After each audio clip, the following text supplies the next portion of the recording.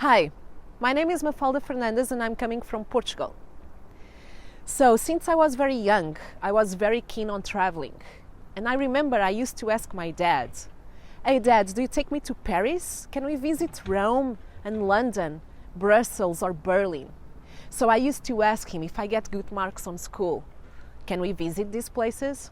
So I love maps and I used to make circles around the cities I really wished to visit. Unfortunately, I was not the best student in school, so my father never took me to Paris or all these cities. Well, I've learned from very early age as well that if I don't move my ass, no one will do it for me. But by the age of 19, I started to travel on my own. And while I was in college, I started to travel all around Europe to get to know these cities. And I've been traveling by train in that time, and I've done 7 interrails in 3 years. When I just graduated from my architecture studies, and I've done practices and all, this is the year 2008, and there's a big crisis going on. So Mafalda gets unemployed even before I've got the first job as an architect.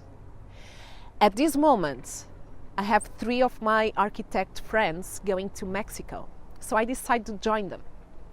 And it's in Mexico where I see bamboo for the first time, and I fully fell in love. Bamboo was beautiful, strong, and flexible. So I really wanted to know more about this amazing material.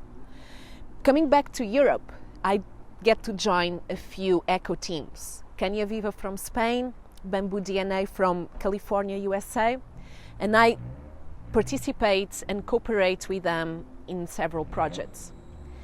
But my willing to keep learning and improving my bamboo skills grows up. So I put myself traveling to Israel and Thailand and Bali to look for more bamboo opportunities. So I'm invited to give classes in architecture college in India, where I can also improve more about bamboo building. And in India was the place where I had the most hilarious experiences on traveling. So I traveled by train, night bus. And on my birthday, some of my students invited me for a road trip, a motorbike road trip. And that was fantastic. Very recently in Panama, and I have a few gigs in Costa Rica. But back in Panama, I get to know Norberto. Norberto is the best Portuguese sailor ever. So he invites me to his boat, and I spend 1 week with him on the boat, and I look around and I wonder how amazing can be to sail on a boat, which is also a house, all around the world, to spread a nice message about protecting the environment and the ocean. So Norberto becomes my greatest inspiration. In that moment with Norberto in Panama, I also realized it wouldn't be very affordable for me to get a boat and start sailing, just like that. But after the pandemic, I come back to Portugal, and during my quarantine, I get to know Mika, a young German sailor. I met him in social networks, and he invites me to spend a couple days on his boat. With Mika and his project Sailing Terra, you can check it online, he tells the whole story. But Mika finds a 2,000 euros boat in Germany, and he fixed the whole boat, including the solar panels installation, for another 2,000 euros. And he starts sailing, just like that. No certifications. He just started to sail from Germany through the whole coast till south of Portugal. So Mika really made me believe this is affordable. If he can do it, I can do it too, and anyone can do it, right? So here I go. I left Mika's boat and I go back home driving my car, and I'm just building up my dream. In this exact moment, I realized I don't have a dream. I never had a dream. Well, my bamboo passion is a profession to me. Was always a big challenge, but it's a profession, it's a goal in life. But this thing about sailing just because I never thought it before. It becomes a dream. So how to make the dream become true? So I start to look online and I go through these Facebook groups, sailing boats, and find the cheap sailing boats and finding a crew. So I get to know more about boats and sailing. So I apply myself for a basic skipper course. I do not finish the exams because I want to jump into coastal skipper. And to jump into coastal skipper, I need nautical miles. But about my dream, what is the dream? Living in a boat? Great. But to live in a boat, once I can be in the middle of the ocean, I need to know my boat. So there's nothing better, there's no better idea than rebuild my own boat, right? I have skills, and I have 2 hands, and I have power tools. So I have everything to start to rebuild the boat. So where to rebuild these boats? I start to go online and search for cheap boats. And I figured out the most cheap boats are in USA.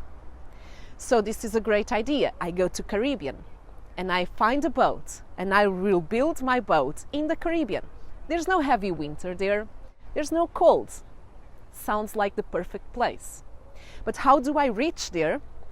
So let's see, I need nautical miles. And I really want to go through this big challenge. So I want to cross the ocean. And I find out online that the best moment to cross the ocean from east to west is from November till February. So it's this next November, right now. I want to go through this journey and the moment is right now. There's no better moment. So these pandemic times made me unemployed again. I have no projects going on. Motivation and my inspiration, all the people I've met in this sailing world have inspired me so much. So this journey is a journey to the unknown. I don't exactly know how and where it's going to end. But if I don't go, I will never find out. So the challenge right now is to cross barriers, to leave the fear behind and all attachments. For doing this journey, I will spend 20 days, around 20 days on the sea. There's no Wi-Fi connection. There's no cell phones. There's no coffee shops or cars. There's no one besides your captain and the crew and the boat. And also for this, I figured out that we have to learn a lot about boats. So point number 1 in a boat, it's safety. It's the most important thing. And we do have all equipment to be safe. So we have life raft, we have life vests, and we have the personal locator. If you have to jump in the water, you bring this gadget with you. In 24 hours, someone will find you. So there's all equipment. We need the whole system of sails and masts and cables. We need the engine, obviously.